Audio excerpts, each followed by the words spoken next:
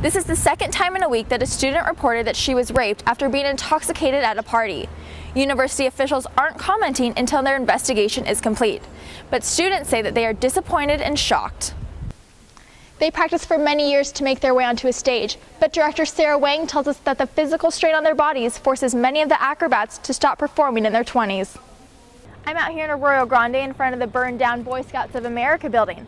About an hour ago, the police chief announced they had made 2 arrests in this arson case. The first suspect is a 16-year-old Arroyo Grande high school student. The second suspect is 18-year-old Kayla Pelletier of Creston. Pelletier was arrested earlier this afternoon at Cuesta College. For now, Chief Wanton is advising students to use the buddy system, especially walking on campus at night, and also at parties, to make sure that friends don't drink too much and get home safely. For CPTV, I'm Carri Telesco. It was a terrible shock. It's just hearing about the rapes around on Poly Canyon. I mean, it's happening right around our own neighborhood. The first reported rape happened Thursday, and the second just 3 days later on Sunday. Police have a suspect in both cases, but neither have been arrested yet. Campus Police Chief Wanton says no arrests will be made until the investigations are complete. The week before, a rape was reported at the Sigma Phi Epsilon fraternity house party. 23-year-old Cal Poly student Joseph Trupiano is accused in that attack. He turned himself in and was released from jail a few days ago and has not yet been charged. Campus leaders held a press conference Tuesday to address concerns. I do know that as a campus that cares about each other, we need to take a hard look at ourselves, particularly around the issues of sexual violence and alcohol and drug abuse.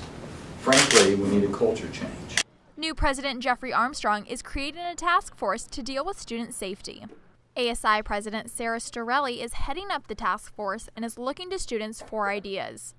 Being the student voice on the committee, we're really going to be making sure that that element is heard, because obviously we commend the women who are able to speak out and report these incidents. For now, Chief Wanton is advising students to use the buddy system, especially walking on campus at night, and also at parties, to make sure that friends don't drink too much and get home safely.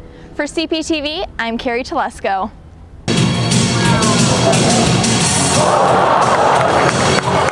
These performers combine physical agility and grace, along with traditional Chinese moves to create an award-winning show. The feats include plate spinning, chair stacking, and juggling. People from all over the Central Coast came to enjoy the performance. I do recommend to see the show. It's an amazing show, and we don't have that many opportunities to see a show like that in a small town. Members of this troupe have been training since they were 5 years old, forgoing the traditional route of education to master the art of acrobatics. 7 men and 5 women make up this troupe, and they range in age from 19 to 25 years old. They practiced for many years to make their way onto a stage, but director Sarah Wang tells us that the physical strain on their bodies forces many of the acrobats to stop performing in their 20s. Like girls, if they do contortion, most of the girls were in about 20 through 24. The Chinese art of acrobatics started in the province of Hebei more than 2,000 years ago. This particular troupe started in 1976 and has visited 50 countries and will continue touring the U.S. this year. The star witness in a murder case in Oakland testified in court this week. The bakery worker describes how he shot journalist Chauncey Bailey 3 times.